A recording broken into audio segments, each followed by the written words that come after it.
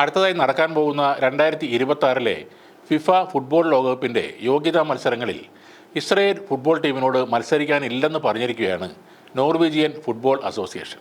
ഗാസയിലെ ജനങ്ങളോടുള്ള ഇസ്രയേൽ ഭരണകൂടത്തിൻ്റെ കൊടും ക്രൂരതകൾ കണ്ടില്ലെന്ന് നടിക്കാനാവില്ലെന്നും ഈ വിഷയത്തിൽ നിസ്സംഗത പാലിക്കാൻ ഇനി സാധിക്കില്ലെന്നും ചൂണ്ടിക്കാട്ടിയാണ് 2026 യൂറോപ്പിലെ ലോകകപ്പ് യോഗ്യതാ മത്സരങ്ങളിൽ നോർവീജിയൻ ദേശീയ ഫുട്ബോൾ ടീം ഇസ്രയേലിനെതിരെ മത്സരിക്കില്ലെന്ന് അറിയിച്ചിരിക്കുന്നത്. 2026 ലോകകപ്പിലെ യോഗ്യതാ മത്സരങ്ങളിൽ ഇരു രാജ്യങ്ങളും ഒരേ ഗ്രൂപ്പിലാണ് വരുന്നത്. ഇതിൻ്റെ ഭാഗമായി കഴിഞ്ഞ ദിവസം ഇസ്രയേലിനെതിരായ യോഗ്യതാ മത്സരം കളിച്ചതിന് ശേഷമാണ് Norwegian football association president Lisa Klaveness ഇക്കാര്യം അറിയിച്ചത്. ഇസ്രായേലിന് തക്കതായ ശിക്ഷകൾ നൽകാൻ നോർവീജിയൻ ഫുട്ബോൾ ഫെഡറേഷൻ അന്താരാഷ്ട്ര ഫുട്ബോൾ ബോഡികളിൽ സമ്മർദ്ദം ചെലുത്തുന്നുണ്ട്.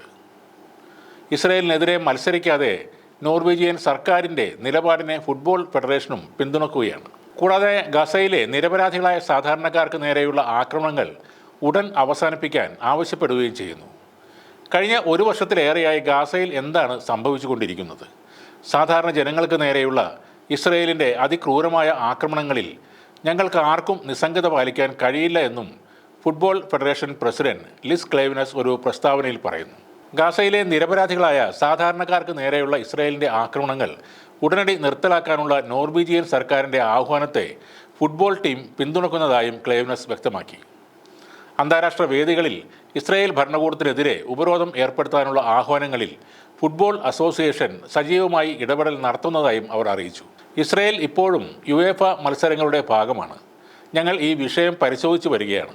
ഫിഫ, യുവേഫ, നോർവീജിയൻ ഭരണകൂടം എന്നിവരുമായി ചേർന്ന് സ്ഥിതിഗതികൾ സൂക്ഷ്മമായി നിരീക്ഷിക്കുകയാണെന്നും ക്ലേവ്നസ് പറഞ്ഞു. 2026 മാർച്ച് 25-നും ഒക്ടോബർ 11-നുമാണ് ഇസ്രയേലും നോർവേയും തമ്മിലുള്ള മത്സരങ്ങൾ നിശ്ചയിച്ചിരുന്നത്. അന്താരാഷ്ട്ര സമൂഹത്തിൽ പലസ്തീനെ പിന്തുണയ്ക്കുന്ന നിലപാടാണ് എല്ലായ്പ്പോഴും നോർവേ സ്വീകരിച്ചിരുന്നത്. 1967 മുമ്പുള്ള അതിർത്തികളെ അടിസ്ഥാനമാക്കി പലസ്തീനിൻ്റെ രാഷ്ട്ര പദവി ഔപചാരികമായി അംഗീകരിച്ച ഒരു രാജ്യമാണ് നോർവേ. ഗാസയിലെ ഇസ്രയേലിൻ്റെ ആക്രമണങ്ങൾ അവസാനിപ്പിച്ച് വെടിനിർത്തൽ പ്രഖ്യാപിക്കണമെന്ന് നോർവേ പലപ്പോഴും ആഹ്വാനം ചെയ്തിരുന്നു. അതിനാൽ തന്നെ നോർവേയും ഇസ്രയേലും തമ്മിലുള്ള ബന്ധം വഷളായ അവസ്ഥയിലുമായിരുന്നു. നോർവേയുടെ ഈ പ്രതിഷേധത്തിലൂടെ ലോകം ഓർത്തിരിക്കേണ്ട ഒരു കാര്യമുണ്ട്.